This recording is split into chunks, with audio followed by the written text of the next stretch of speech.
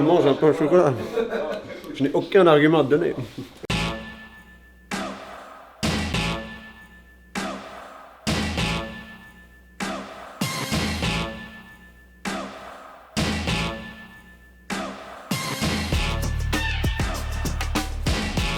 Ils m'ont demandé de faire des blocs, en gros 3 blocs pour expliquer un peu l'histoire autour de Summoners War, pour expliquer comment j'ai commencé et comment on en est arrivé là au final. Donc j'ai envoyé ça. On a un auteur, un parolier qui nous a régalé sans connaître le jeu, sans me connaître, qui a su vraiment mettre tout ça en place. Et puis moi j'ai posé après là-dessus et j'ai été aiguillé par Jeff qui m'a apporté de A à Z. C'est pas collé ? Ouais, faut que tu lui Ouais. Ouais, pas mal collé. Faut que je le bouffe quoi. En fait, j'ai entendu le son depuis tout à l'heure, mais avec les paroles, machin, etc. Juste l'instru, faut que je me recale aussi. Ouais, Voilà, bien sûr, t'inquiète, on va se... Ok. Tu m'en passes le son avec Avec sa voix. avec la voix, ouais. Allez. Je pense, histoire de que je me calme un peu et après c'est cool. En studio réellement c'est la toute première fois et je suis vraiment impressionné.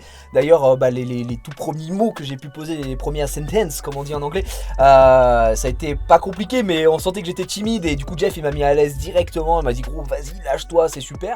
C'est une expérience de fou furieux parce que on peut voir, c'est là qu'on peut voir les miracles qui peuvent être faits au niveau des ajustements de voix et puis même quand t'es bien guidé. Moi ce qui m'a fait plaisir c'est qu'il m'a dit globalement il y a pas trop de modifications pour les couplets etc. C'est juste de l'ajustement pour que tu sonnes bien évidemment comme dans tous les titres du monde. Paris, toujours le smile jamais hostile.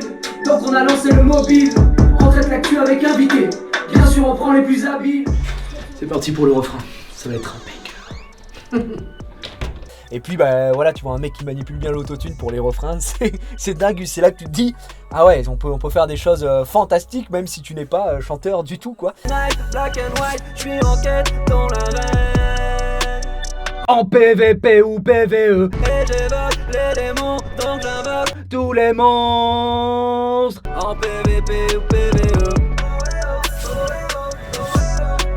C'est hyper impressionnant, je conçois que c'est leur métier, mais c'est toujours très impressionnant quand t'es un néophyte complet de voir comment ça marche quoi. Et le man est un mage noir quoi, il arrive à me faire un morceau de fou furieux, j'ai l'impression, mais les gars demain je peux remplir Bercy dans ma tête donc c'est dingus. Et je suis très très hypé de voir ce que ça donnera au rendu final évidemment.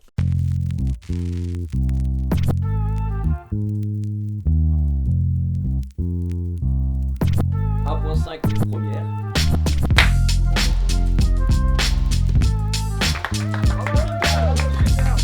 Je m'appelle Alexandre Masson, je travaille chez Webedia, je m'occupe de réaliser les contenus un peu fiction, pub, clip, là en l'occurrence. Et j'ai réalisé le clip de cette chanson, voilà.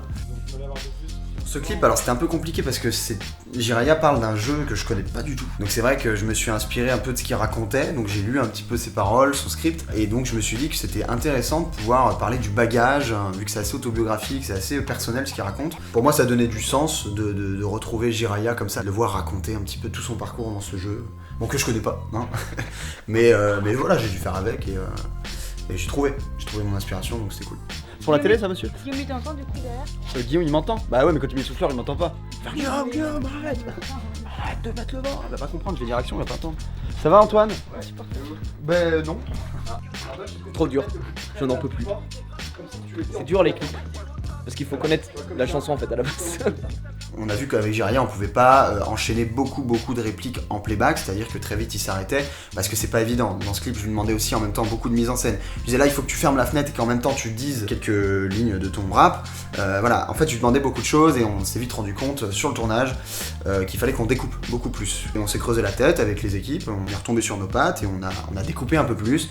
On a coupé un peu plus de plans qui à la base devaient être moins coupés et on a trouvé des solutions, notamment en utilisant un peu plus de plans de vie en général où Jiraiya juste se promène dans la chambre, on trouve des solutions et ça fonctionne.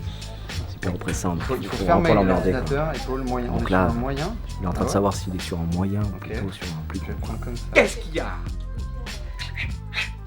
Là on a quasiment fini, il est 8h30 du matin, on a tourné depuis une demi-heure. C'est énorme ce qui se passe ici, c'est superbe. Bravo à Alex Masson. Non mais une demi-heure de tournage, t'imagines? Pour moi les changements de lumière dans le clip, jour, nuit, nuageux, c'était juste pour évoquer qu'il y a du temps qui s'est passé dans cette pièce. L'idée c'était vraiment de retracer un petit peu son parcours aussi visuellement, montrer qu'il est là depuis un moment. Je sais pas si à un moment il y a un timelapse qu'on voit vraiment du plafond, donc en top shot où on le voit avec le changement de lumière qui va très vite.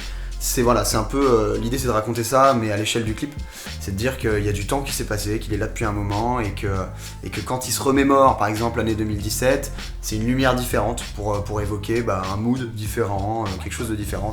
C'est purement visuel, c'est pour marquer le passage du temps. Voilà. C'est très très long Et de rien faire. et c'est très dur.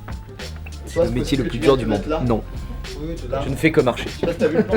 L'intégration des goodies et des éléments autour du jeu, ça c'est plus aussi pour répondre à la demande du client, qui est une partie importante aussi, puisque c'est aussi comme ça que les clips se font. Et on peut voir ça comme une contrainte au début, de dire tiens, il faut que je mette des images, des choses jeux vidéo, mais en fait on s'en sert et on le retourne à notre sauce pour que ça s'intègre bien dans la pièce. Par exemple, j'ai eu la chance de pouvoir choisir un petit peu ce que je mettais dedans, et notamment le tableau, c'est-à-dire que le tableau, j'ai pu choisir la couleur du cadre, tout ça pour que ça s'intègre bien. Donc en fait, créativement, ça aide aussi à réfléchir à comment je peux faire d'une contrainte quelque chose d'artistique, de visuel, et comment je peux m'en servir pour que finalement ça serve mon décor et que ça le remplisse. On est en train de terminer cette journée de tournage par un top shot.